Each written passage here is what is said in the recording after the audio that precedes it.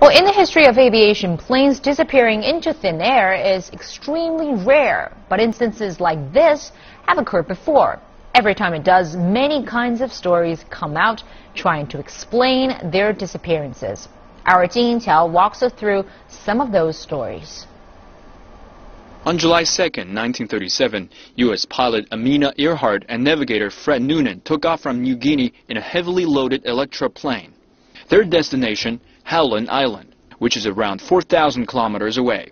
When they approached the vicinity of the island, radio contact stopped. The last known position was about 1,300 kilometers away from the destination. Search efforts by the U.S. ended in vain, with no physical evidence identified. On December 5, 1945, in a United States Navy overwater navigation training flight that took off from Florida, 14 airmen on the flight were lost flying over the Bermuda Triangle. No wreckage was found. Investigations showed the accident was probably due to operational error.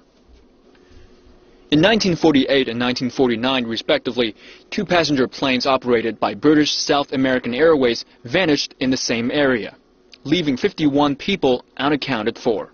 Both planes were operating at the very limits of their range.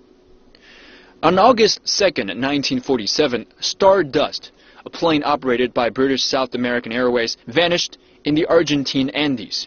The fate of 11 people was unknown for 50 years until 1998, when mountain climbers found the wreckage, and later the military found the corpses. Bad weather was determined as the cause of the crash.